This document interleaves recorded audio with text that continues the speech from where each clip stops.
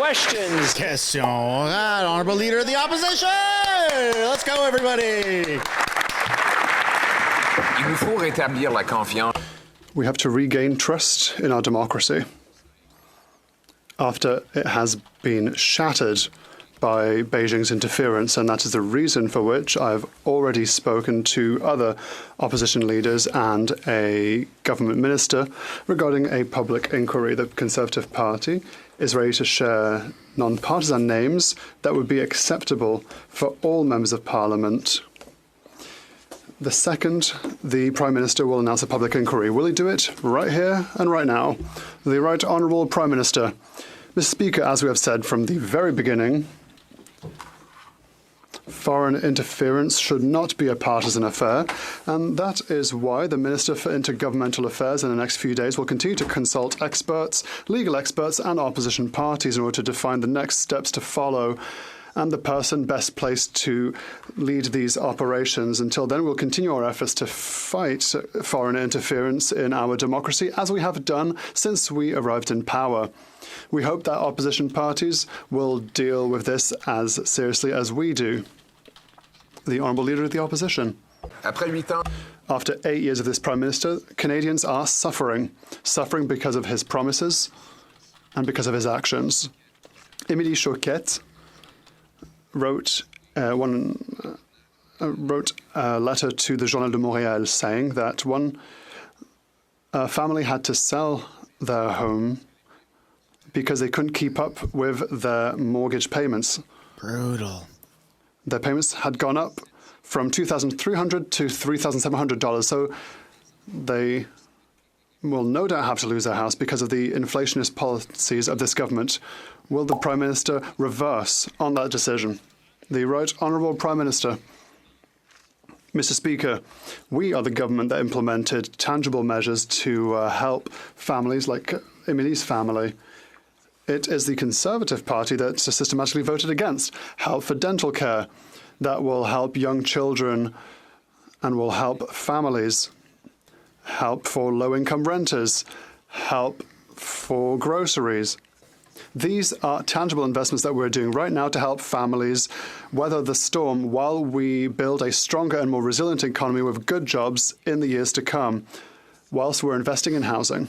The Prime Minister claimed that the government would take on debt so that Canadians wouldn't have to, forgetting, of course, that it's Canadians who pay all of that debt through their taxes. And that didn't work out.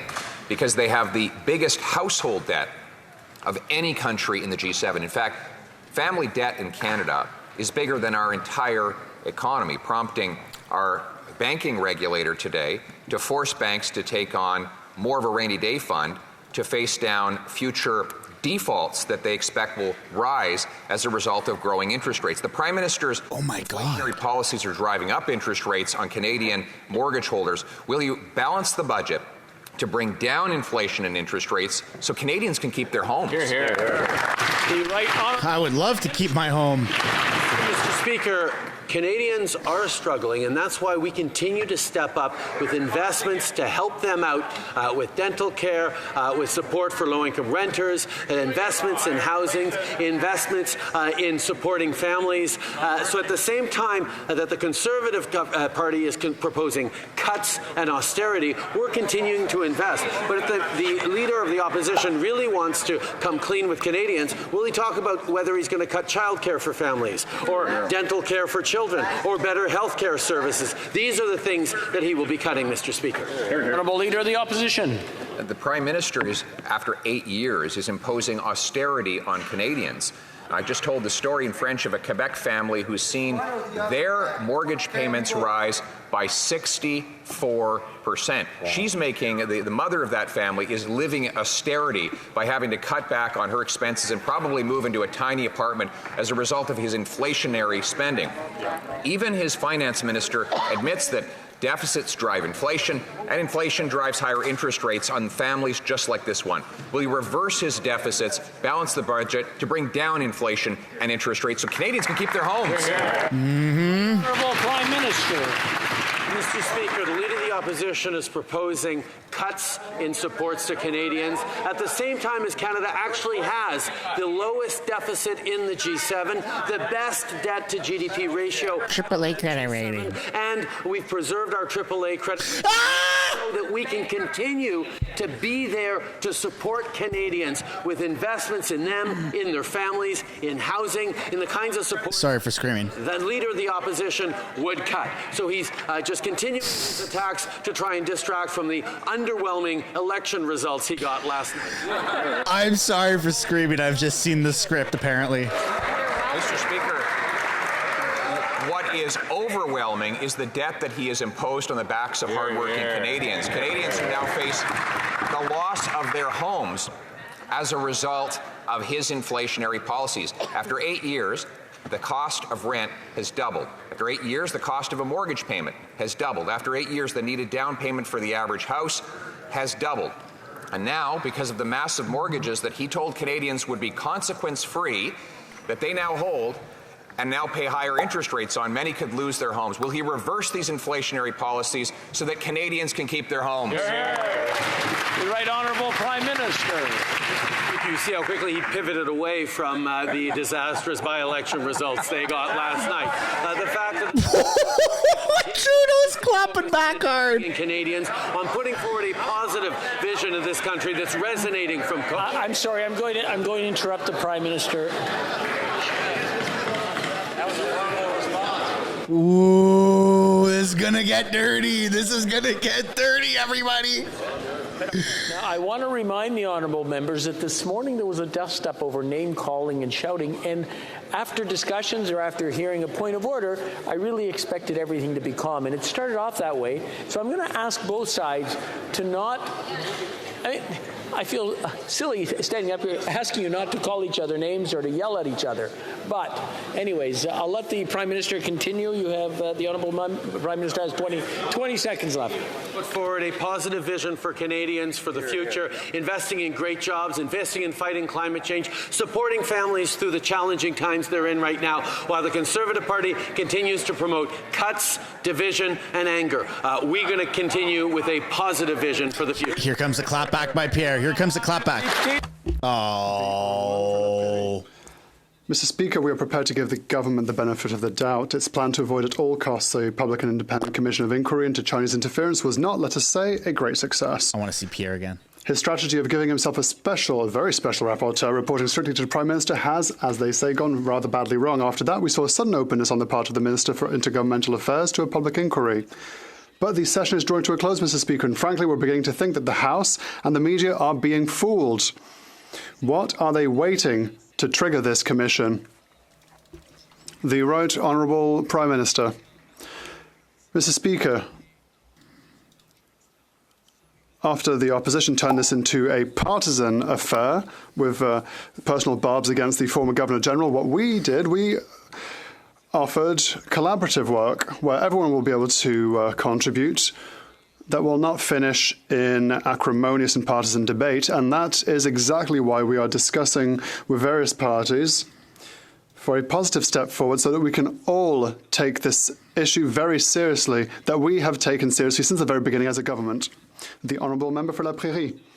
Mr. Speaker, the Bloc has held its head high since the beginning. This is a strategy as old as time. Fine words to appease the opposition until the end of the session, in the hopes that the media attention will be elsewhere in the fall. Especially since they could try to convince their good friends in the NDP to settle for a parliamentary committee during the summer instead of a real commission of inquiry. A classic, Mr. Speaker. Vintage. You need a commission of inquiry now, with a speaker appointed now, a chair voted on now by the House.